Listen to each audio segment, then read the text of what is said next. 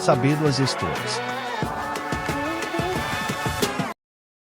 Você já se perguntou por que o Egito Antigo ainda mexe tanto com a gente? Talvez porque mesmo depois de mais de 4.000 anos, aquelas pirâmides gigantes continuam lá, paradas no meio do deserto. E ninguém consegue ignorar aquilo. Agora pensa comigo. Como é que um povo que nem roda de ferro usava conseguiu construir estruturas tão precisas e tão absurdamente pesadas? Aliás, uma dessas pedras chega a pesar o equivalente a 10 carros populares. E foram mais de 2 milhões delas só na pirâmide de Quéops. Heródoto, o cara que os gregos chamavam de pai da história, já tinha percebido que havia algo especial ali. Ele escreveu uma frase simples, mas que diz muito. O Egito é a dádiva do Nilo. E ele tinha razão. O Nilo não era só um rio qualquer. Ele era como uma linha de vida. Imagina, num lugar seco, quente e inóspito, de repente um rio gigante aparece no meio de tudo, alagando a terra uma vez por ano e deixando ela fértil. A galera plantava trigo, cevada, criava animais, e tudo girava em torno disso. Era ali, naquela faixa estreita entre a areia e a água, que o Egito nascia todos os anos. Mas a história do Egito não começou com pirâmide nem com faraó de coroa dourada. Começou com gente comum, tentando sobreviver na beira do deserto. Antes de seguir, pensa comigo. Quantas civilizações a gente conhece que duraram mais de 3.000 anos? Com idioma próprio, religião, arte, política, pouquíssimas. E o Egito é uma delas. Agora, eu sei que você já viu foto das pirâmides, mas você já parou para pensar por que elas estão ali? Por que duraram tanto? E por que, mesmo depois de tanto tempo, a gente ainda se sente pequeno só de olhar para elas? Com o tempo, aquele cenário antes dominado por tribos nômades começou a mudar. E não foi de uma hora para outra. Foram séculos, talvez milênios, de um processo silencioso, quase invisível aos olhos modernos, mas que moldou completamente o que viria a ser uma das maiores civilizações da história. Tudo começa com uma simples escolha: ficar. Ficar à beira de um rio que tinha o estranho hábito de se comportar como um relógio natural. O Nilo subia e descia com uma regularidade quase absurda, deixando para trás uma lama escura, rica, que tornava o solo fértil como nenhum outro nas redondezas. A isso, os egípcios deram um nome: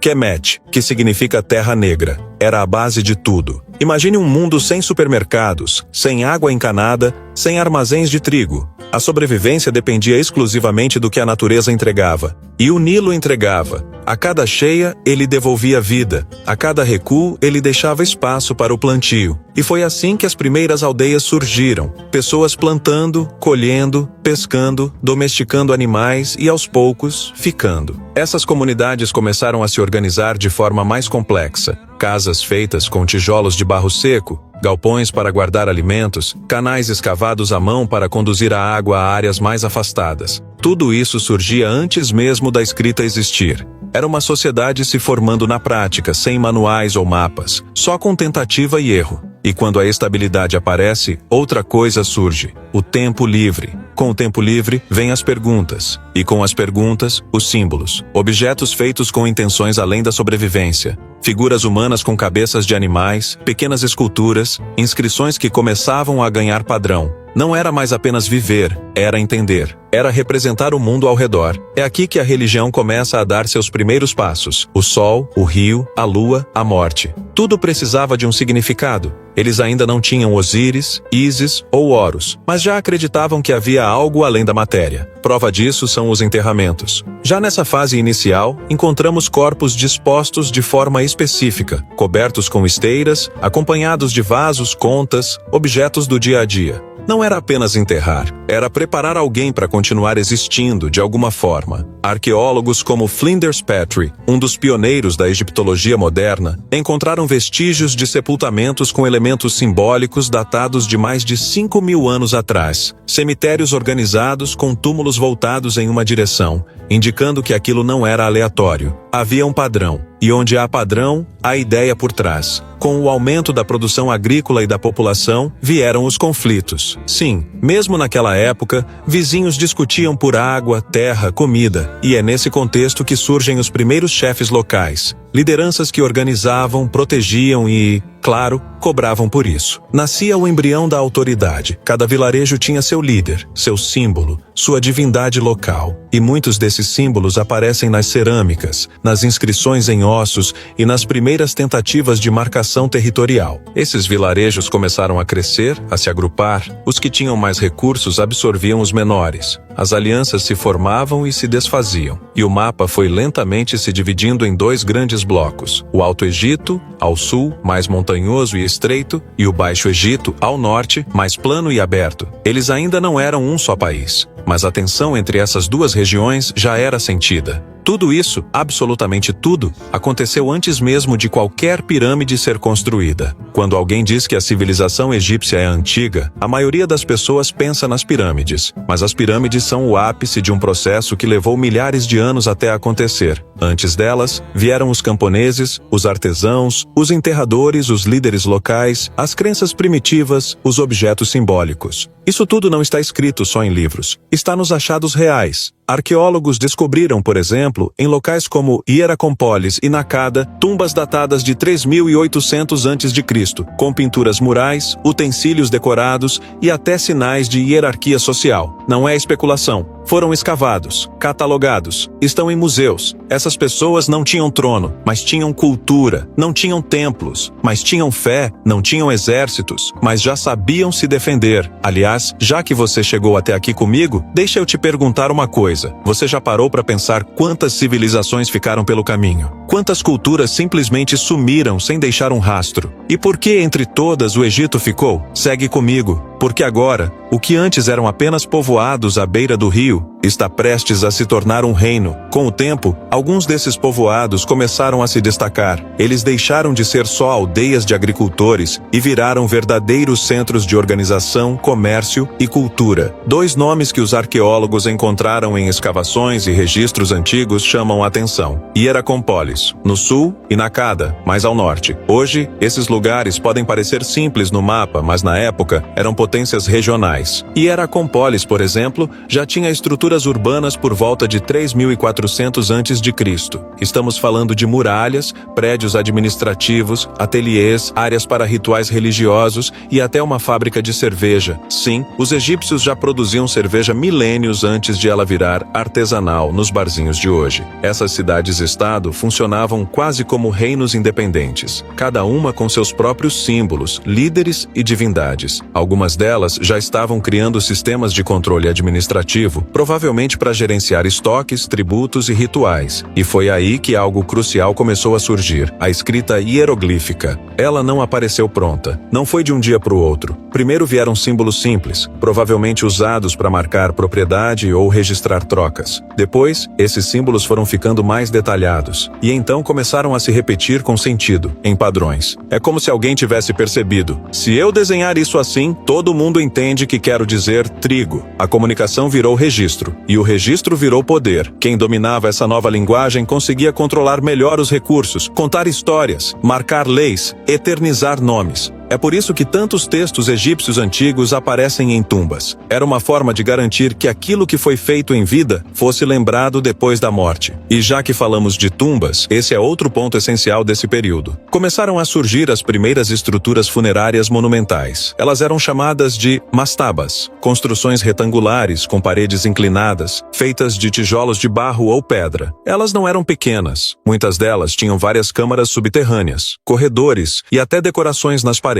Isso mostra que o cuidado com os mortos era levado a sério. Mas aqui vem o detalhe: essas tumbas eram exclusivas de quem tinha status. Camponês não era enterrado em mastaba. Só os líderes, os chefes, os ricos. A ideia de que a morte era apenas uma passagem para outro tipo de existência estava ganhando forma. Mas essa passagem para muitos já nascia desigual. Essas construções não só protegiam o corpo e os objetos funerários, como também mostravam o poder da pessoa em vida. Quanto maior a mastaba, maior o status. Quanto mais longe do povão, mais especial o indivíduo era considerado. E isso não era apenas vaidade, era crença. Enquanto isso, a disputa entre os reinos do norte e do sul começava a esquentar. O Alto Egito, com suas montanhas e planaltos, desenvolvia um estilo mais guerreiro, mais austero. Já o Baixo Egito, nas áreas pantanosas e férteis do delta, seguia uma lógica mais ligada ao comércio e à riqueza agrícola. Eles tinham culturas diferentes, símbolos distintos, até coroas diferentes, mas sabiam que estavam no mesmo jogo. A rivalidade não ficou só na política, ela foi parar nas armas, nos rituais, na arte, e tudo indicava que uma fusão estava por vir. As evidências dessa tensão aparecem até hoje em placas de pedra, como a famosa Paleta de Narmer, encontrada em Hierakonpolis. Nela, vemos um rei usando duas coroas diferentes, a branca do sul e a vermelha do norte. Isso foi interpretado por muitos estudiosos como o registro da unificação. Não tem nada de lenda. A peça existe. Está no Museu do Cairo. E sim, foi escavada por arqueólogos reais. A união do Alto e Baixo Egito não aconteceu com aperto de mãos. Foi guerra, foi dominação, foi imposição de símbolos. Mas o resultado foi o nascimento de uma só entidade política, o Egito unificado. E esse momento muda tudo. Antes, eram vários pequenos poderes disputando território. Agora, era uma única coroa, um único faraó e uma estrutura de poder centralizada. O interessante é que, mesmo com essa fusão, o Egito nunca deixou de honrar suas origens duplas. A maioria dos símbolos reais egípcios sempre foi composta por dois elementos, o lótus e o papiro, representando o sul e o norte. Isso não era coincidência, era memória. Esse período pré-dinástico não é o mais falado. Não tem pirâmide, não tem múmia dourada, mas sem ele, nada do que veio depois seria possível. É aqui que o Egito começa a deixar de ser um grupo de povos e vira uma civilização. Agora, com a unificação feita, é hora de entender como uma ideia vira império. A fusão do Alto e Baixo Egito não foi apenas uma mudança no mapa. Ela marcou o nascimento de algo que nunca tinha sido visto naquela região, um poder absoluto, centralizado, que unificava terras, deuses e povos sob uma única autoridade. E essa autoridade tinha nome, Narmer, o homem que, segundo registros arqueológicos, foi o primeiro a reunir as duas coroas sobre a mesma cabeça.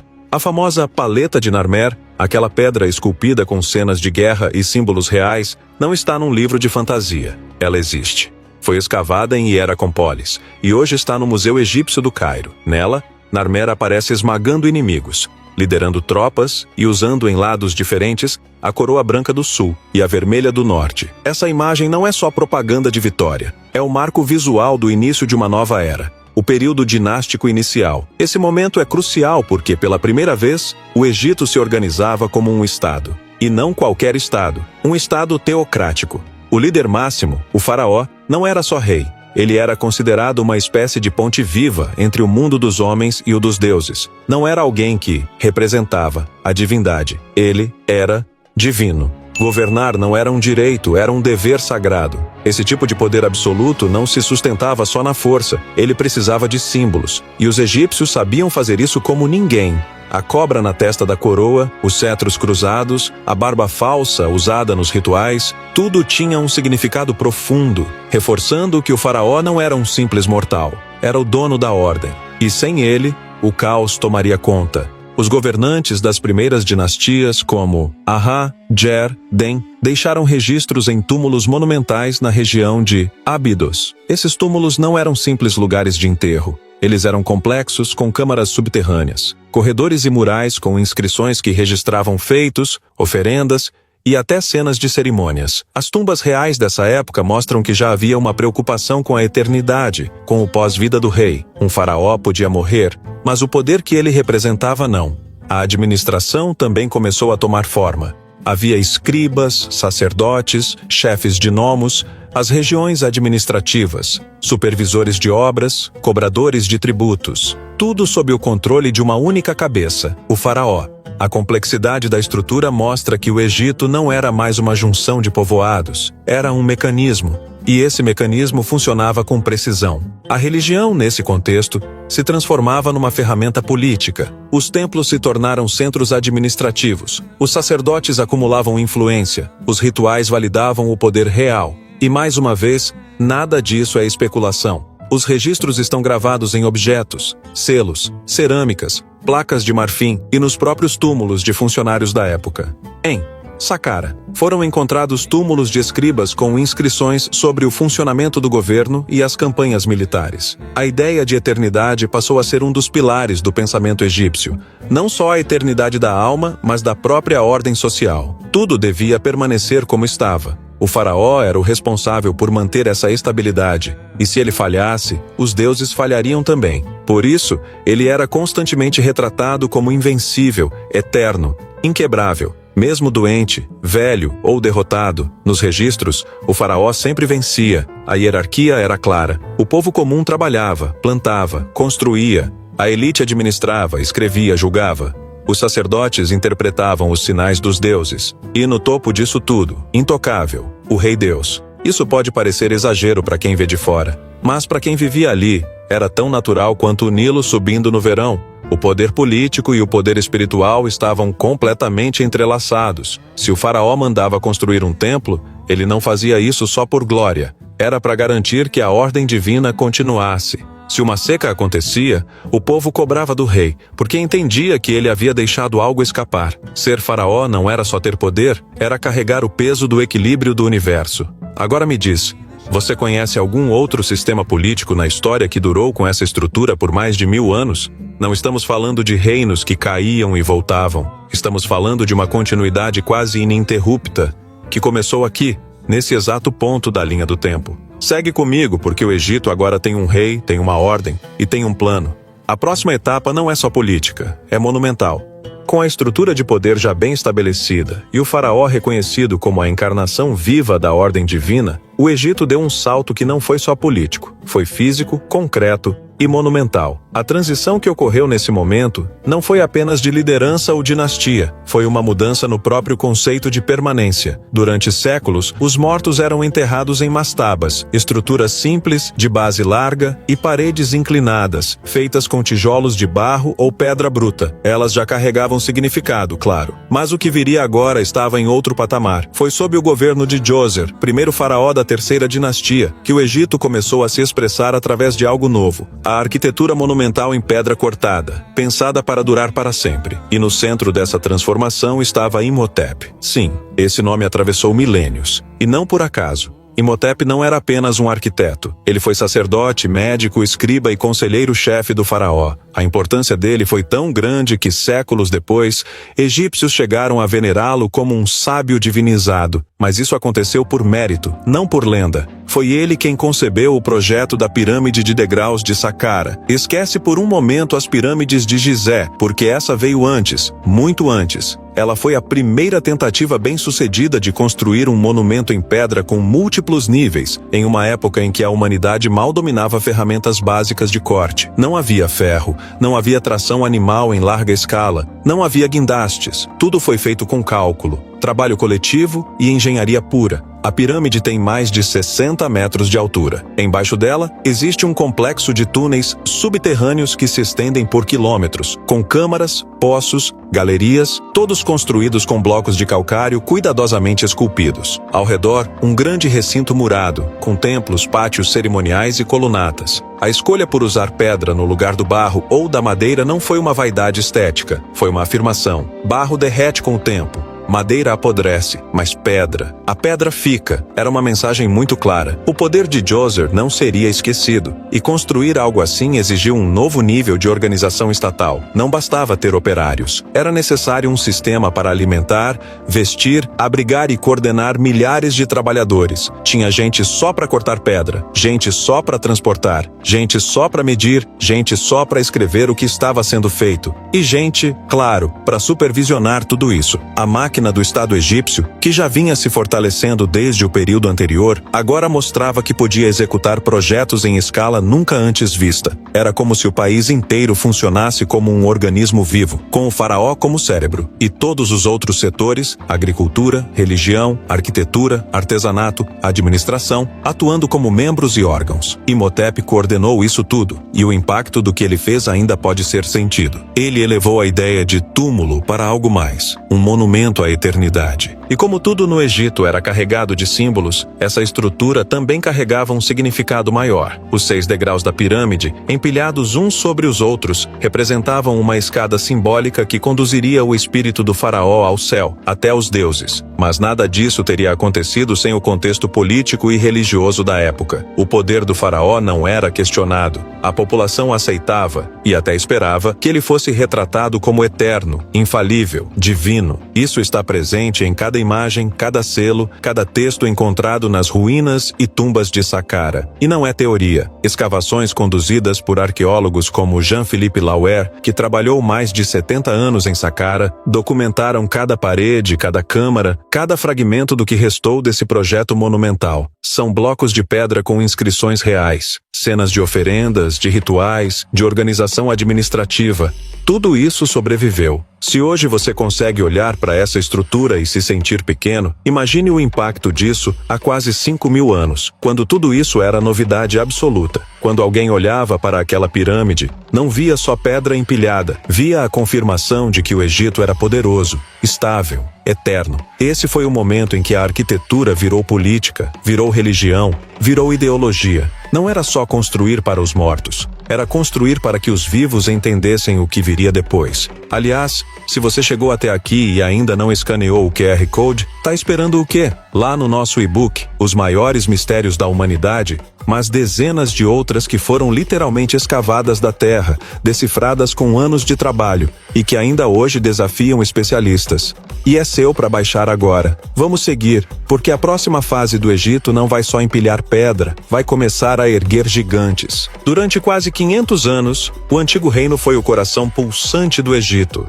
E foi durante esse período que a civilização egípcia alcançou algo que nenhuma outra sociedade anterior ou contemporânea conseguiu: transformar pedra em legado. Não por acaso, é nesse momento que nascem as pirâmides mais imponentes já construídas. E junto com elas, nasce uma estrutura estatal tão bem organizada, tão funcional, que permitiu não só a existência de monumentos eternos, mas também uma forma de vida centrada na ordem, na continuidade e na divindade do faraó. Tudo começa com Quéops, também conhecido como Khufu. Quando ele assume o trono, o Egito já tem experiência com construções em pedra. Saqqara havia mostrado o caminho, mas ele queria mais. Não só em altura, mas em conceito. A pirâmide que ele ordenou construir não seria uma tumba qualquer. Seria um marco eterno de poder. A Grande Pirâmide de Gizé, sua obra, ainda hoje desafia qualquer explicação simples. Com 146 metros de altura original e mais de 2 milhões de blocos de calcário, ela não foi feita para impressionar apenas os contemporâneos de Quéops.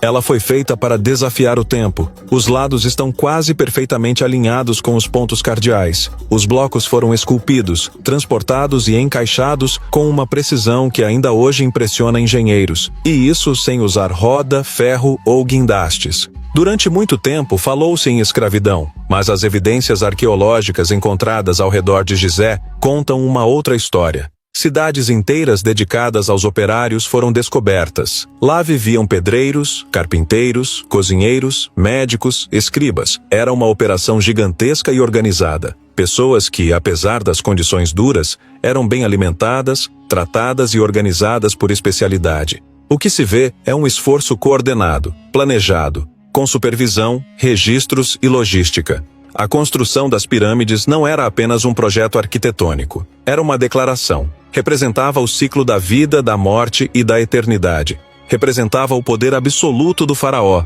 que não apenas governava, ele sustentava a ordem universal. Tudo isso com base em uma religião que evoluía junto com o Estado. O culto a Ra, o deus solar, se espalhava, e os faraós passaram a ser vistos como filhos diretos de Ra. O próprio formato triangular da pirâmide refletia essa crença, uma escada invisível até o céu. Depois de Quéops, seu filho Quéfren assumiu.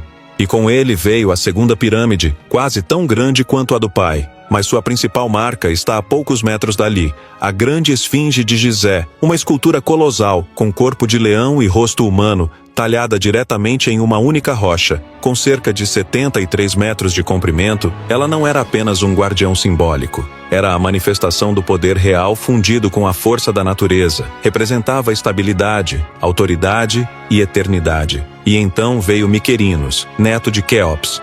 Ele construiu a menor das 3 grandes pirâmides do platô de Gizé, mas o menor aqui é relativo. Ainda estamos falando de uma obra monumental, com revestimento em granito rosa de Assuã. Uma pedra extremamente difícil de trabalhar. Os detalhes do interior mostram um nível artístico e técnico ainda mais refinado. Havia ali, além de poder, uma estética pensada para transmitir respeito, silêncio e permanência. Enquanto essas construções se elevavam, a vida no Egito seguia em pleno funcionamento. O Nilo continuava a ditar o ritmo da agricultura. As cheias fertilizavam o solo, o Estado distribuía sementes. Os agricultores produziam, os tributos eram colhidos, os armazéns se enchiam. A sociedade estava dividida com clareza. Trabalhadores nas margens do rio, artesãos nos centros urbanos, escribas registrando tudo em papiros, sacerdotes conduzindo os rituais, e o faraó, sempre no topo, distante, quase inacessível, mas presente em tudo. A arte floresceu nesse período. As pinturas murais, com regras rígidas de perspectiva e cor, contavam histórias do cotidiano, da nobreza, dos deuses.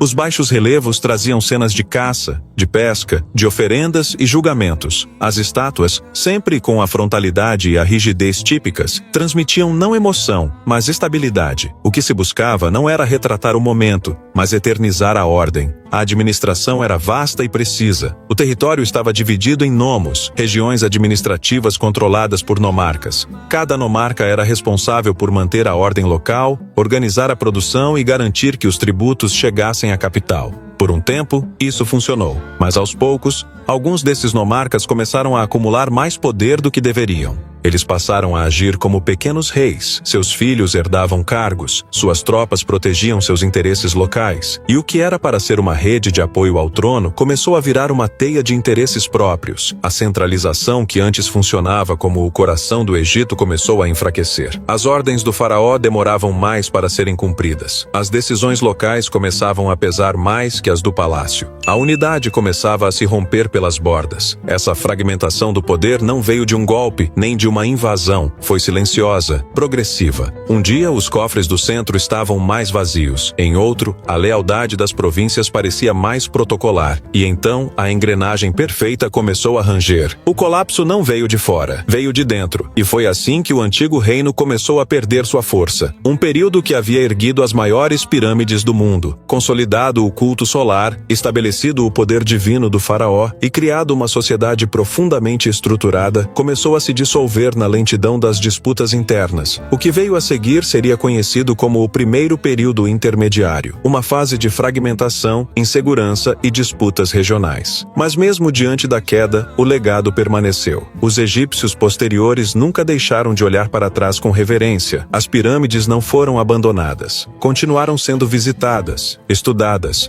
preservadas. Mesmo os faraós das dinastias seguintes reconheciam ali um ápice, uma referência, porque o que foi feito no antigo reino não foi apenas técnica, foi simbólico. O Egito aprendeu ali que o poder pode se desgastar, mas uma ideia bem construída sobrevive. O Egito, que um dia se ergueu como o império mais estável da antiguidade, com suas pirâmides alinhadas aos astros e seus faraós tratados como deuses vivos, entrou em colapso. Mas esse colapso não veio de fora. Ele não chegou com exércitos estrangeiros nem com invasores cruzando o deserto. Ele nasceu dentro das próprias fronteiras. Começou nas rachaduras da estrutura administrativa, cresceu no silêncio das províncias e terminou com o trono de Faraó reduzido a um símbolo vazio. Esse período é conhecido pelos arqueólogos como o primeiro período intermediário. E diferente do que o nome sugere, ele não foi uma simples pausa entre reinos. Foi uma fase de colapso completo. O centro perdeu o controle e o Egito virou uma colcha de retalhos, costurada por disputas, fome e instabilidade.